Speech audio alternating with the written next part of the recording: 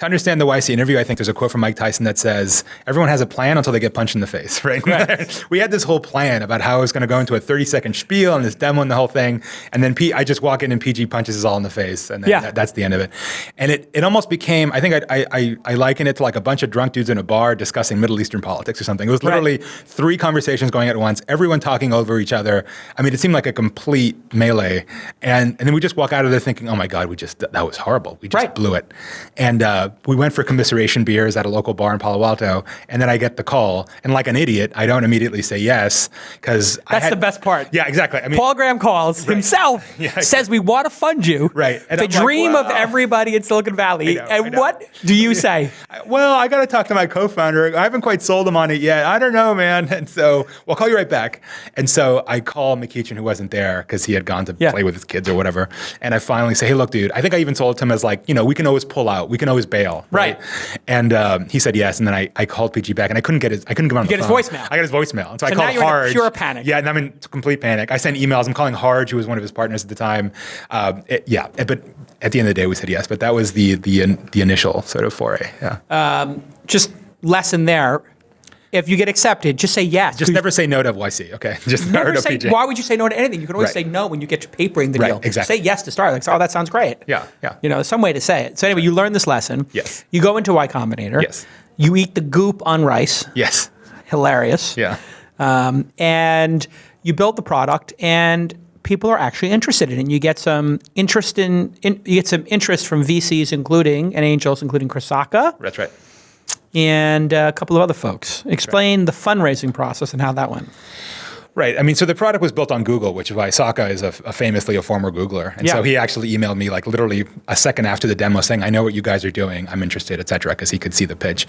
The pitch involved ad tech, which, as you might know as a VC, is not necessarily always the sexiest pitch in the world. And so it takes a VC who actually knows that world to actually... It's a very verticalized thing. Right. If you fund ad tech companies, you're going to take a deep dive.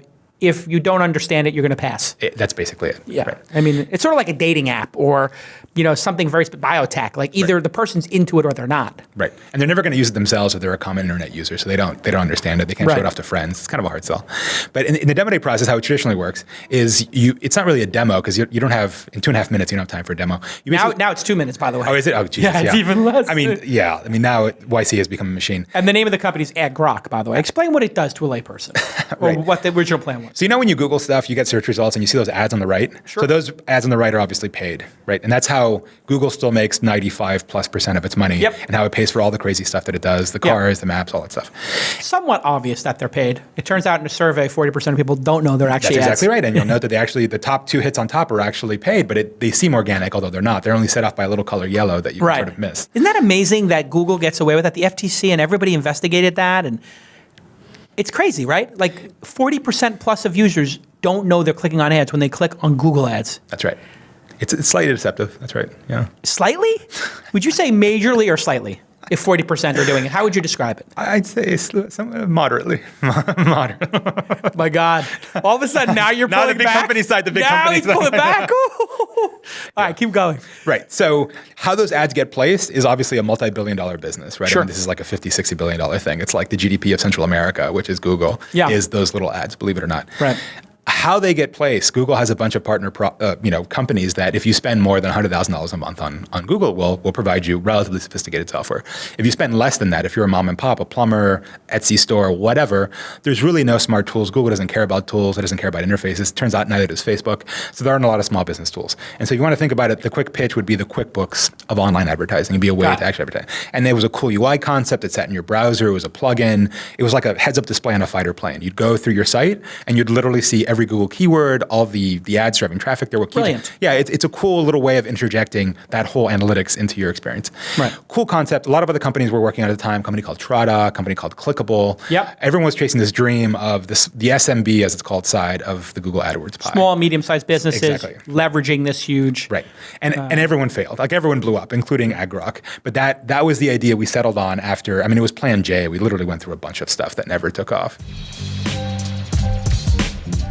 Hey, everybody, let me take a moment to thank our partner, Audible. I am in love with audiobooks and spoken word audio products, and they have over 180,000 titles in every genre, and you can access them from anywhere on your phone, your iPad, and WhisperSync allows for voice to sync between your Kindle and the audiobook. I don't actually do that a lot, but I have some friends who do that.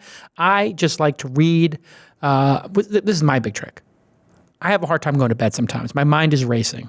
You might be like me sometimes, and you're like, hey, I would like to go to sleep, but I don't want to watch television or be on my laptop or my iPad, because then your eyes get all those rays and you're totally awake.